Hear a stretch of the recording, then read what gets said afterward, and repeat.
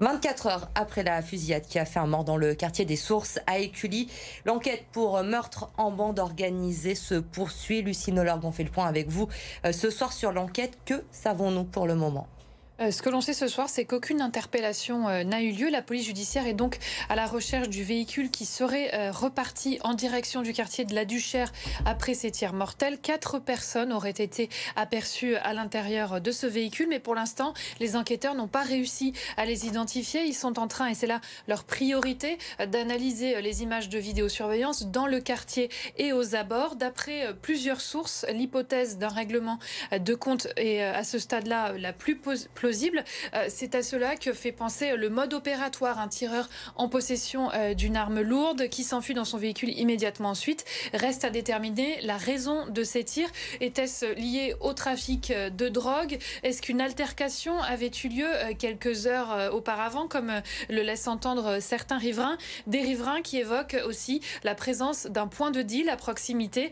L'homme qui est décédé n'était en tout cas pas connu des services de police. Il n'avait pas de casier judiciaire, mais il était connu pour des faits mineurs et notamment pour détention de stupéfiants. Cet homme avait 32 ans, il vivait dans le quartier des Sources depuis ses 10 ans, depuis qu'il avait fui la guerre du Kosovo dont il était originaire. Merci Lucie pour ces précisions donc sur l'enquête après la fusillade hier à Écully qui a fait un mort. Dans le quartier des Sources, justement au lendemain du drame, les habitants sont inquiets. Ils ont vu la situation se dégrader au fil des ans. Jade Terlinck. Dans le quartier des Sources, le calme semble être revenu, mais les habitants restent inquiets.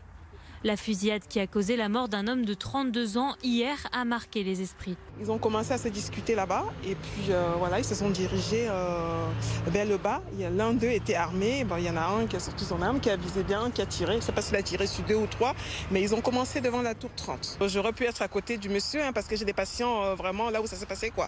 J'aurais pu prendre une balle perdue. Les enfants en train de jouer dans le parc. Et tout à coup, on a vu des enfants et des gens qui courent. Et le grand, il a vraiment peur jusqu'à maintenant. Il ne veut pas sortir de la maison. L'homme qui est décédé était connu pour possession de stupéfiants. Mais les circonstances des faits ne sont pas encore connues. Les résidents évoquent, eux, un quartier calme, mais où l'ambiance se dégrade depuis quelques années. Je vous assure, je suis venue il y a 25 ans. C'était un quartier familial. On élevait tous nos enfants ensemble. Les enfants jouaient ensemble. C'était magnifique. C'était un quartier magnifique. C'est horrible, horrible. Mais ça fait quelques mois que nous sommes en situation compliquée aux Sources. Les politiques sont où? Ils attendent quoi? Parce que ça ne va pas s'arrêter. Ça ne s'arrêtera pas. Et c'est malheureux. Là, il va falloir qu'on surveille. En plus, à 5 heures, les enfants sortaient de l'école. Ça fait 51 ans que j'habite là. Donc c'est triste. Comparé de quand je suis arrivé, c'était vraiment bien. Certains professionnels libéraux, comme cette infirmière, envisagent de ne plus intervenir dans le secteur. Je pense que je vais arrêter de venir dans l'après-midi, par là. Donc là, j'ai averti tous mes patients, je ferai les soins le matin et l'après-midi, je suis mère de famille, je crains pour ma vie, quoi. C'est devenu compliqué pour travailler. Tous réclament des moyens pour tenter d'apaiser le quartier. L'enquête confiée à la direction zonale de police judiciaire, elle, se poursuit. Le parquet de Vienne a ouvert 2 enquêtes pour viol et harcèlement scolaire suite aux plaintes déposées par les parents d'un petit garçon âgé de 11 ans. Nous l'appellerons Victor pour préserver son anonymat. Il vit un enfer depuis plusieurs mois. Lauriane Pellao, vous avez rencontré son avocat aujourd'hui, l'avocat de la famille, et son récit est glaçant. Les faits auraient débuté durant l'année scolaire 2021-2022 à Condrieu. Victor aurait été agressé sexuellement à plusieurs reprises par un de ses camarades de classe alors qu'il se trouvait chez lui. Mais le jeune garçon n'aurait révélé les faits que le 15 août dernier, après un repas entre ses parents et ceux de son agresseur présumé. Durant la soirée, les 2 enfants se seraient rejoints dans une chambre. Victor aurait été contraint de regarder un film à caractère pornographique avant de subir une fellation et une tentative de pénétration anale. Et son calvaire aurait continué après avoir avoué les faits, puisque dès la rentrée, l'enfant se ferait harceler à l'école, notamment par 3 garçons, dont celui suspecté de l'avoir violé. En octobre dernier, 2 plaintes ont été déposées par la famille et leur avocat. Des enquêtes ont été ouvertes par le parquet de Vienne. Des alertes ont également été transmises à la direction de l'école, mais aucune mesure satisfaisante n'aurait été prise pour protéger Victor. Le code de l'éducation lui permet, et même l'oblige, à prendre des mesures disciplinaires. Tous et toutes ont vu, ont constaté et l'ont dit aux enquêteurs qu'il y avait des faits de harcèlement scolaire. Mon petit client, aujourd'hui 10 ans, eh bien, il rêve de se suicider, il recommence à faire pipi au lit, il ne sait plus comment se comporter avec des enfants de son âge. C'est des crises d'angoisse, des crises de pleurs, des cauchemars quand il arrive à s'endormir, à l'idée de retourner à l'école. Mais c'est aussi un vrai sentiment de responsabilité, même de culpabilité, par rapport à ce que subissent ceux qu'il aime, sa maman, son papa qui vont pas bien, son grand frère, sa petite sœur, son papy. Il se sent responsable. Si les parents du garçon ont choisi de médiatiser cette affaire aujourd'hui, c'est pour que le cas de leur fils alerte sur les nombreux cas de harcèlement scolaire. Aujourd'hui, la famille n'espère qu'une chose, que Victor puisse retrouver une scolarité normale. Il ne va plus à l'école depuis décembre dernier. Merci Lauriane. Voilà ce qu'on pouvait dire ce soir sur donc cette double enquête pour viol et harcèlement scolaire ouverte par le parquet de Vienne. L'actualité ce mercredi, c'est aussi la préparation des soldes d'hiver dans les boutiques lyonnaises. Le coup d'envoi, c'est mercredi prochain et les commerçants espèrent bien pouvoir écouler leur stock. Victoria Solano. Alors l'année dernière, il nous restait ici, cette partie-là, et le milieu.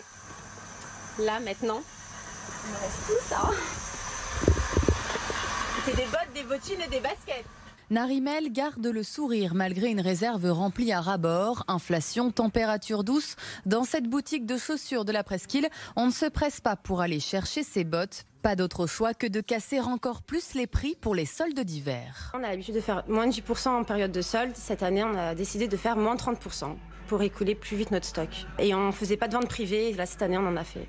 Vente privée, journée privilège, tous les moyens sont bons en pleine période d'inflation pour attirer les clients entre les fêtes et le début des soldes. Alors, une semaine avant le coup d'envoi, les Lyonnais ne sont pas forcément prêts à dépenser de l'argent.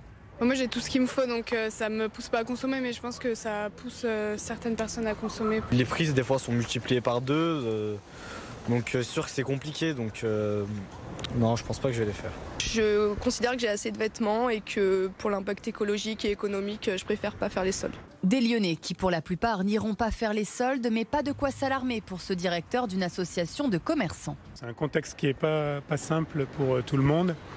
Mais voilà, on va essayer notre enjeu, c'est d'être positif et puis d'essayer de communiquer sur la Presqu'île de manière positive, de mettre en valeur les commerçants, les artisans de la Presqu'île. Les soldes d'hiver débutent mercredi prochain pour 4 semaines.